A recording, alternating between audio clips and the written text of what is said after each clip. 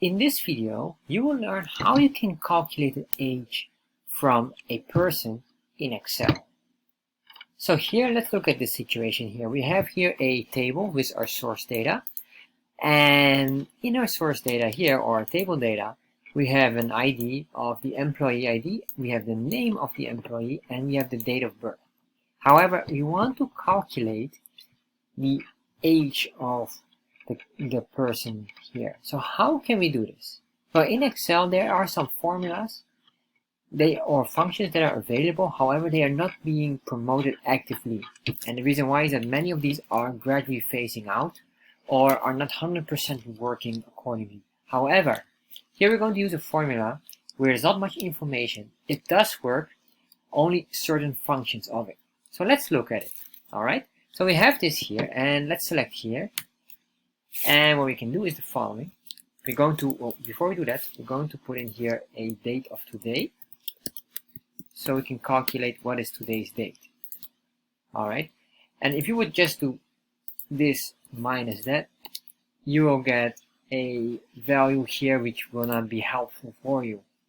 And say if you would do this minus that, probably will get different. So indicating here, there's a difference of 12,000 days. So if you would divide this by 365, you would say, okay, probably 35 years of age.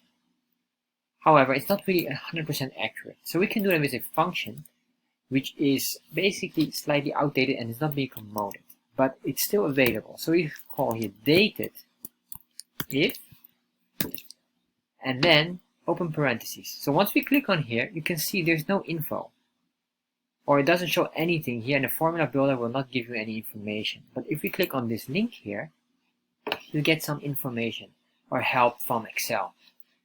And basically here, while this is still loading, all right, you can see here the arguments that we need. First of all, we need the starting date, we need the ending date, and we need the unit. Yeah, so if we look here, we see here what is the unit, the year, the month, and the specific date, the number of days of that period. This here below tends not to work accordingly. This is why a remark here, this I think it indicates here somewhere as well, warning, date if function in order to support older workbooks. So it may calculate incorrect results. All right, so that's the most important one. So let's look at this. I'll just copy this part here, because this will be important for us. And I'll just click on escape or press escape and paste this in here. So this is the data we need. All right, so we say here dated if, open parentheses, and then we say what is our starting date? Well, date of birth, that is the starting date, comma. What is the end date? We can select this, or we just do a function, which is just today. And once we have that, comma, the unit. So we want to know the year. So the year, we make sure that this is a string, so we have double quotation, and then you put in Yankee. And if you want to have the month, you can put in M for mama, and if you want to have the days, it will be D for delta. So let's do this first. You can see here, this is exactly matching. Let's do another one. Dated if for the month.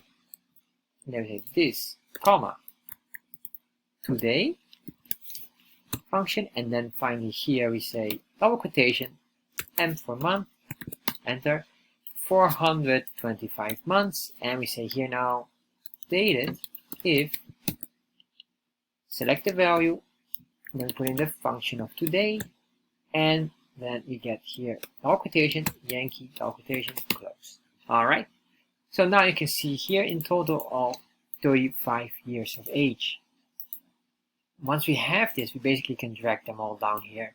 You can see now Jane has an age of 25 and Anna has an age of 19. And this is how you can use or how you can calculate the age quickly in Excel using a dated if function which doesn't show any details in Excel, but it still supports it. If you like videos like this, subscribe to my channel, and if you have any questions or maybe struggle with this, put them down in the comment section below.